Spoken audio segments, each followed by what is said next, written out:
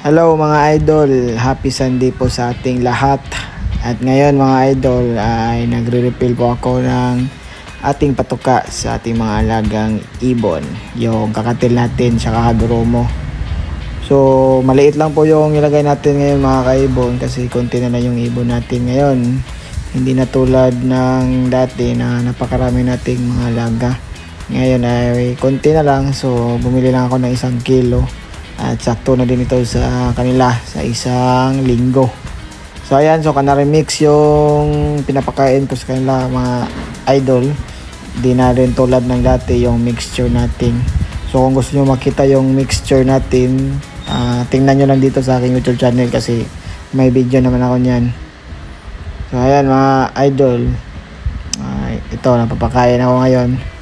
At sana napapakain nyo din yung mga alaga nyong ibon dyan at nakapadami nyo. So ito, mag-uumpisa na tayo sa pag-breed at sana manood na kayo ulit sa aking mga videos, kahit short videos lang to, hindi na tulad ng dati na mga long vlog. Ngayon is magbablog ako ulit at ipapakita ko sa inyo ang journey ko sa pagbabalik dito. That's all. Bye.